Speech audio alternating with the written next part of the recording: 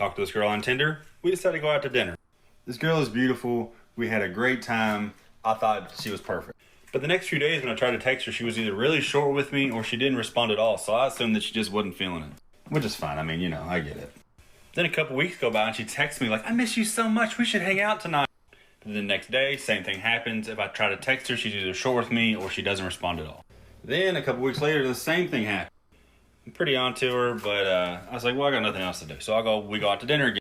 So we're there and we're having a great time again. And while we're there, we're talking about some meme. It's in my phone, but I couldn't find it. She then excuses herself to use the restroom. I find the meme and send it to her phone. Her phone then lights up right next to me, and I see my name there as Rex, in parentheses, free food. When she comes Enough said. back, I didn't say anything.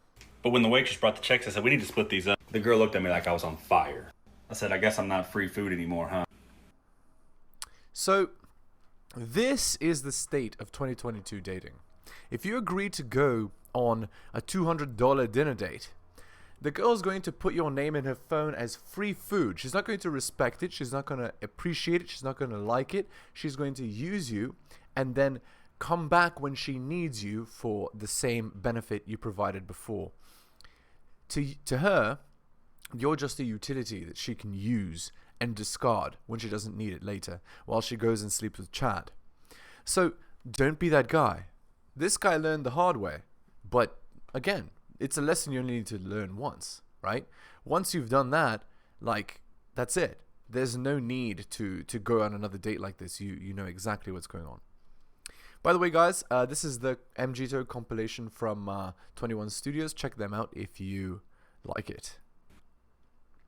This is the time that I got locked out of my car at Planned Parenthood. I went in to get some birth control and I got the goods, then realized I left my keys in the car and I locked my car, and I didn't want to call my parents because I'm at Planned Parenthood, so I called the top-rated locksmith on Google and they opened the car for me. So that's, again, it's an example of power for women, right? Because Planned Parenthood gives women the ability to choose to have a child whenever they want, right? So women have control of the marketplace. And then she also calls the top-rated locksmith to open a car. So what that shows is basically women use men for their utility, right? Of course. And not only this, there's more. She's embarrassed, right? And so she's going to guard her reputation. She's not going to get her parents to come up in the car because they're going to ask questions. Okay, next. One like and I'll walk like this down the graduation line.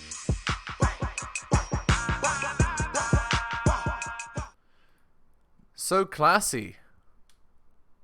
Okay. So the point being, the girl is making a TikTok to be as attention seeking as possible. And she says, one like and I'll do this. So she's going to, get many, many, many likes. And again, it's just an example of girls doing this kind of stuff for attention and validation online. And then they wonder why men don't want to take them seriously. Hello and welcome to the Helios blog. My name is Helios, here for another reaction video. If you're new to the channel, liking the content, please hit the sub, hit all for notifications. If you're listening on the podcast, give me a 5-star review, give me a follow. If you agree or disagree with my points, please, that's what the comment section is for. If you'd like me to comment on a video, compilation, blog post, Reddit post, whatever, send it to theheliosblog@gmail.com. If you're wondering what's in the background here, this is Super Mario Sunshine, 100% tool-assisted speedrun. Look it up on YouTube. And I already told you, this is the MGTO compilation from 21 Studios. If you like it, check them out. All right, let's continue. How much I owe in student loans 1 year after graduating from Harvard Law. For background reference, last year I made a video showing you how much I owed in student loans at the time, and so I wanted to make an update and show you how much I've progressed since then. Last year, my law student loans totaled that much, and I had various interest rates ranging from about 5.5% to 7%.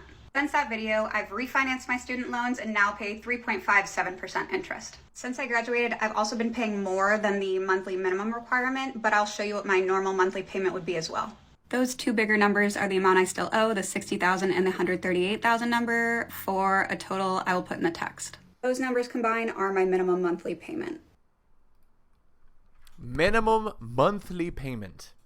So guys, what this is an example of is girls making unwise decisions, right? So Sure, you're going to Harvard Law, right? But at what cost, right? The student loans are like $250,000. Now, of course, she went to become a lawyer, which is, it's a job that can actually give you quite a lot of money, right? But imagine some people are out here getting student loans for jobs that, for university programs that are totally useless. So they're just going in debt for nothing because you have no way to pay it back. So you basically become a wage slave for what? For a brainwashed studies degree? This is why I can't in good conscience recommend that you become anything other than something useful if you go to university. So you have to take a degree in a useful field, right? So engineer, doctor, lawyer, pharmacist, nurse, accountant, IT, computer programming, that sort of thing, right? If you're wasting your degree, then I don't know what the point of you doing what you were doing was. It's just a waste of money. All right, let's continue. What my boyfriend gets 0.07% of the time, and then what he gets the rest of the time is just like her putting in absolutely no effort not paying at all. taxes. So the point is the following. The point is that if your girl is dressing up nicer in public than she is when she's with you in private, she's not that into you. Your girl should give you her best and the public worse. You see what I'm saying? It's a respect thing. If she respects people in public more than you, then what the hell's going on? All right, let's continue. I'm about to make some boys on here really mad at me, but it really must be said. You don't get brownie points for not abusing women. Common decency is not a prerequisite for getting me to sleep with you. Good manners can only get you so far. And chivalry isn't dead. We can just see through your shiny plastic white knight armor. That's right. So if girls aren't going to sleep with white knights anyway, right, with guys that are useful idiots, then why be a useful idiot? It's just a waste of your time. Don't do it. Like, yeah, these girls saying don't be nice to me. Okay. Don't waste your energy, guys. Like, it's totally pointless. It doesn't get you any results. So don't do it. And then when you scream and cry about how women are shallow because they don't like you, you start giving off less of a nice guy vibe and more of a serial killer one. Yeah, so again, guys, like, these girls, they're interested in Chad. So if you're not Chad, you can work on becoming Chad, or you can walk away from dating, right? Like, and so many guys are choosing to walk away because, like, the juice isn't worth the squeeze. Like, I don't know about you, but I don't want to date a girl with an entitled attitude like this. Like, why would I do that? That's, like, again, why should I lose all my hair, right? And, like, desiccate myself for the sake of a girl that literally doesn't give a damn and sees me as a utility? Like, it's... no. Because let's face it, just because you're not a bad guy doesn't mean you're a good one. Yeah, that's right. And they want the bad boys anyway, so who cares? All right. And the irony of her saying that while she's putting on makeup. Okay, speaking of, mind games women play. Here we go. Article written by me. Many men are getting played today and have no idea. Let me show you a few tactics that women use. These are important mind games played. Okay, so the first one is shit tests. The most common mind game is a shit test. This one is done by women who are looking to sleep with a guy. They do shit tests in order to determine if he's a strong man. If he fails this mind game, he's determined by her to be weak, and she finds a man who isn't to sleep with. And shit tests look like these: mild insults, compliance tests, so like asking for favors, poking at a man's ego, pushing on a man's frame, making herself the prize instead of him. And if you fail at these, they'll prevent you from getting laid. And the key when confronted with these is to maintain your frame. So your masculine frame is the following: you're the prize, you're the leader, you're more important and valuable, you're unshakable, and you make the decisions. Okay? So that's the idea. If you maintain that frame, you'll be fine. Next, comfort tests. Comfort tests happen later. These happen when you're in a long-term relationship with a woman or in a longer-term bedroom fun arrangement like a friends with benefits. Comfort tests look like the following: crying at you, worrying she'll lose you to your face, worrying about her other competition, fearing she'll stop being the main girl, fearing she'll never be your wife or girlfriend. The way to deal with comfort tests is to hold your masculine frame but also reassure her she's fine. When reassuring her, do not make any extreme promises. No, I'll always love you no matter what, or other variations. She has to understand that there are things she can do to lose you and should be careful around you. Being careful and respecting you is loving you. Never allow her to believe that there is no standard to her behaviors, or you'll wind up with an asshole for a friends with benefits or a girlfriend or a wife. Fake crying is another mind game. Fake crying is a classic mind game women play. Women know that men are protectors, and so she may cry in order to try and sway you to an argument, playing on your protective instinct. When a woman cries, still hold your masculine frame. She can cry, but it cannot sway your ultimate decision. If you allow her crying to sway you, you reward her bad behavior and she'll continue to do it. Another mind game is bait and switch. Bait and switch is another classic. The girl portrays herself as one way, and then when she feels she has you, she changes her behaviors back to the old way she used to behave. The way to avoid being tricked by the bait and switch is simply to be in a relationship with a woman for a longer period of time and always be judging her behavior. It should never stop. You're always looking for good behaviors and must have a standard of behavior that she must meet. If the good standard of behavior that she's established ever wanes, you must point it out. If it does not change, downgrade her. So serious LTR goes to LTR, LTR being long-term relationship. LTR goes to friends with benefits. If she still refuses to change, break up with her. You deserve better than to be treated poorly. Gaslighting is another mind game. It's defined as denying reality or trying to convince you that what happened didn't really happen. It takes this form. No, I didn't do X, this actually happened. Or, I don't know what you're talking about. This usually happens in response to her doing something bad that you discover. For example, you catch her texting a guy and meeting up with him. She says, I didn't meet anyone, you just imagined it, or other variations. Or she blames it on you. That kind of thing. Alright, back to the video. Boy. Then leave. Oh, I see. So she sleeps with the guy, and then she tells the guy to leave. So again, this is what men have to put up with, right? So these girls, they're basically sleeping with Chad after Chad after Chad, and they're not committing to anybody, right? And so they're burning out their ability to pair bond. And basically, they're doing what like guys that want to sleep around do, with, you know, and obviously they have an easier time than guys have of it because that's just how it works, right? So anyway, basically just understand, guys, that the girls are ruining themselves for the future. So it's not really a big deal if they do it, other than they're ruining society, you know. Okay. So this next TikTok says, my green flags, okay? They make every day feel like Christmas. They pay for the dates. They come from money. Their love language is gift giving. They make a lot of money. They buy me whatever I want. So, guys, this is what girls say they want, right? But what they actually want is Chad. So if you're the guy that's taking her out on $200 dinners, etc., you're going to be treated like that guy that we saw in the first video, which is free food. Right? She's going to put your name in her phone as whatever your name is, free food. And she's only going to call you up when she needs food. By the way, there's a name for that. It's called a foodie call. It's similar to a booty call for men. All right. Yeah, we're going to mute the TikTok. I don't want to get copyrighted. Yeah, so there you go. Something that really bothers me, and it's this. A number of guys have divulged to me that they feel somehow replaceable or disposable. Why do we make them feel this way? Well, here are some pretty good reasons I've heard. For years, we have sent men to war. That's going to make them feel pretty disposable. What about in the working world? It's hierarchical. A man might feel like his job position could be replaced at any time. In a family, if a man's role is the material provider, he may feel that any other man could come along with more money and he could be replaced. Whereas a woman is seen as the emotional provider and is inherently valued more. This is false. That's not why men are saying that they're seen as replaceable.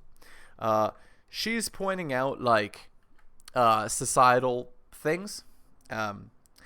But the reason why men are seen as replaceable is because of this. Women have so much attention, right, that they imply that if they ever find a guy who's better, they branch swing, right? And guys are waking up to this. And so imagine, you as a man, you put in all this effort, you're the provider, you're the protector, etc. One day, you see a text on her phone, and it's another guy texting her, and it's obvious, like, you know, saying darling, saying honey, whatever. Like, he's texting your girl stuff that you would text her, right? So clearly she's starting to move on. She has, without remorse, and, disdaining all of the effort that you've put in for the entire relationship, is just going to a new guy. And that happens to too many men in 2022. So it's not surprising at all that men feel replaceable in such instances. And then she says that women are seen as the emotional provider and they're valued more. No, they're not. Many men see women as entirely replaceable. The only men that, are attached to women at the hip like that are men that don't have other options. They don't know that they can get another girl. And so they, are codependent. So men, don't be that guy who's codependent. All right, let's continue. This is even reflected in the unfair legislations we see in family law. And then there's dating, where women have a line of men waiting backstage and an attitude of one strike and you're out.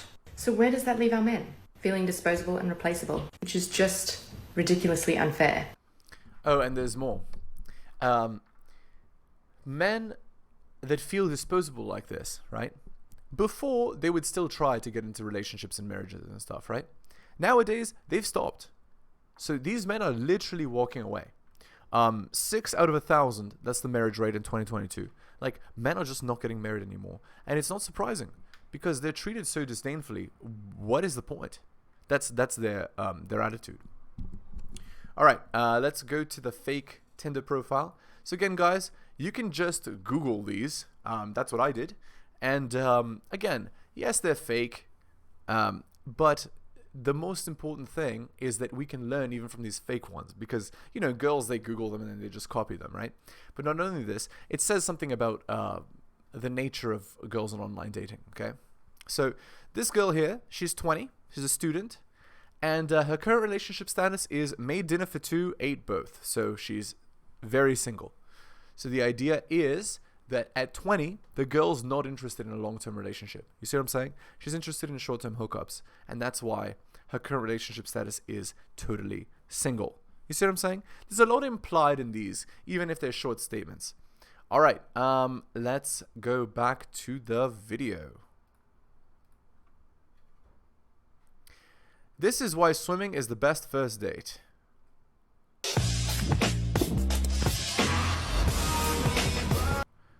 The reason why swimming is the best first date is because you can see the girl without makeup, basically.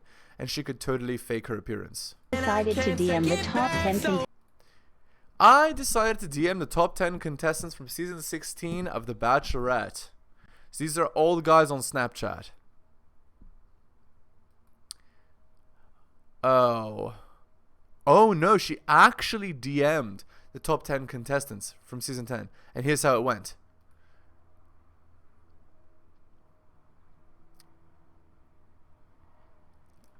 Okay, so she actually DM'd and they actually replied. Oh, every one of them is replying. Wow.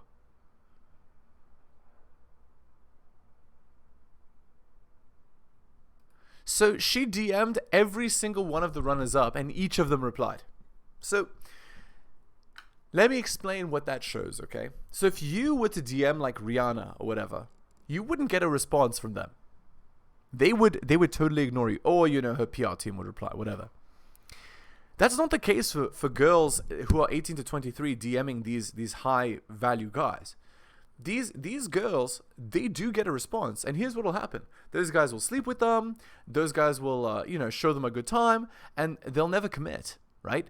And so these girls think that they can get a guy like that for a long-term relationship, and they go from guy like that to guy like that over and over and over, not understanding that those guys are above her pay grade, you see? And then they end up alone, miserable, with boxed wine and cats. I'm telling you guys, these social media things, Facebook, Instagram, Snapchat, etc., these things, they are very destructive to women because it makes women get these inflated egos and basically ruins their life. Okay, let's continue. Fat vanity. Fat vanity is some of the highest magic, and I'm gonna tell you why. I really do mean vanity, V-A-N-I-T-Y, being vain, being obsessed with yourself and your beauty and your body and your style and your talent and your energy and your aura. Yeah. Okay. So the fat acceptance movement, guys, I mean, it's just competition for girls, right? Like, the point is the girls tell each other, you go, queen, you can look however you want, but under their breath they're snickering because that girl's out of the market. She's out of the competition for Chad. So it's ridiculous. And these girls just fall for it because it's easy to rationalize I'm perfect at any size when you're not. Okay. Y'all Latinas want a 6-foot guy when your dad is 2'4". Please be humble like your mom was. And then the girl's dancing. Right. Okay, one sec. I need to mute the music so I don't get copyrighted. And then she's like dancing in her bedroom. Ooh, so cool. But it's true. Like, in 2022, the standards are like through the roof, right? Like, the mom is with like a 5'5" guy, but the daughter expects a 6'3" and plus guy.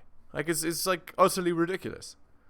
And this is and the reason is the same reason as before. They go on Tinder, they go on Instagram, they see all these tall guys, they assume tall guys are everywhere, and then none of them get any of them. All right.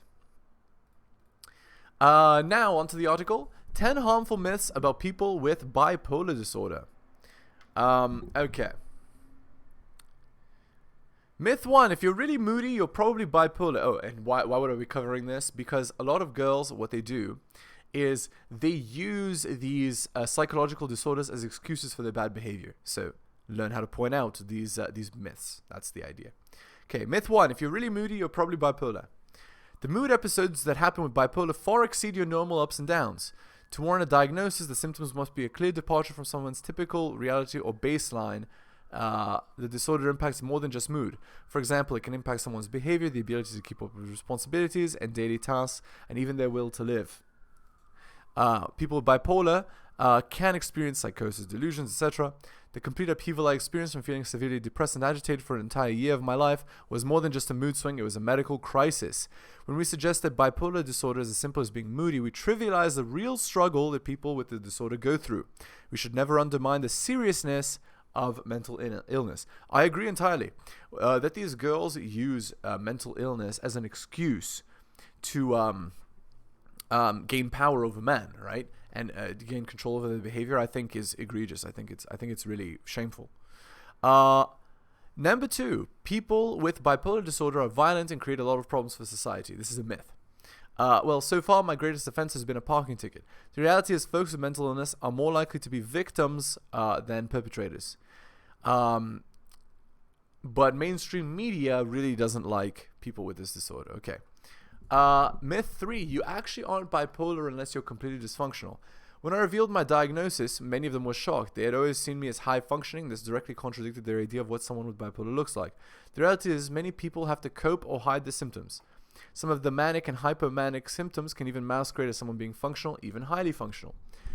Though impaired functioning can be a major red flag, it's not present in every single person. I was able to show up for work and make class most days. Oh, I like this. We're going to take this article for later. Sorry, got distracted. Mania is a relief for people with bipolar. It's a lot of fun. That's a myth. I've heard this a lot, but if it were fun or pleasurable, it wouldn't be part of the disorder. For me, mania felt like being in the backseat of my own life, while the worst driver you can imagine is driving recklessly with no consideration for what the consequences could be. I felt like a complete lack of control. And they can be destructive. Yeah, so guys, something else to look out for is, again, one of the laws of power is avoid the unhappy and the unlucky, right? So if you see people that are suffering from this kind of stuff, you don't want to date them, you don't want to marry them, stay away, because they will cause you all kinds of problems. So avoid. The impulsivity associated with mania can lead to decisions that can ruin someone's financial, emotional, or physical security. It can lead to a serious break from reality, etc.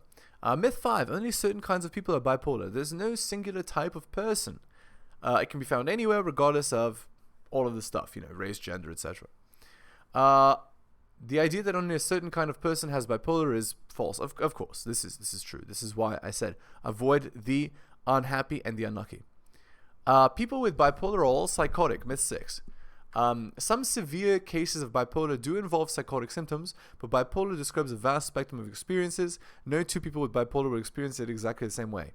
That's right. That's how mental disorders work. We aren't all psychotic, but even if we were, that doesn't mean we're less worthy of dignity, respect, and compassion. Yeah, as a human being, I agree. Reducing a person to a disorder or the symptoms denies us our personhood. Sure, agreed. But again, if a person needs psychological help and needs to go to the mental hospital, that doesn't mean we have to date them. You see, guys? Equating us with a disorder ultimately erases us as people. Myth 7, you'll never be stable if you have this disorder. Well, I think there's medication you can take, so I think that's a myth. Folks with bipolar can often experience periods of relative stability between these episodes. Additionally, plenty of people are able to achieve stability through some combination of therapy, exercise, medication, diet, etc.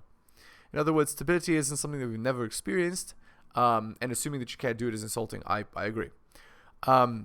Myth 8, if you have bipolar, you can't be trusted to make rational decisions. Well, I mean, if they're, manic or whatever, maybe not, but it's, Okay. Wow. All right. So there you go. A bunch of myths there.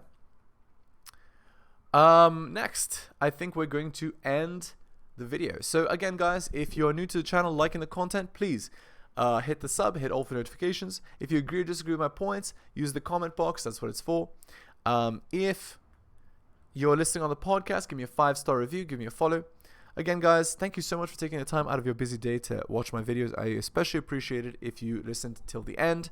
Again, if you really want to support the channel, I do have a Patreon. It's patreon.com/theheliosblog. Thanks so much, guys, for watching, and I'll see you next time. Thank you so much for watching my channel. Please remember to do all of the following. Like the video for the algorithm. Comment on the video. I respond to all comments and I'll give you a heart. Subscribe and hit the bell so you can see my content on your feed. Check out all of my content on other platforms. It spreads the reach of the channel. YouTube, bit.ly/heliosyoutube. Rumble, bit.ly/heliosrumble. My blog is realheliosblog.com. My podcast, bit.ly/heliospodcast. My Patreon, patreon.com/theheliosblog. You can also support the show at bit.ly/heliosdonations and buy my books at bit.ly/heliosbooks. Thank you so much for all of your support.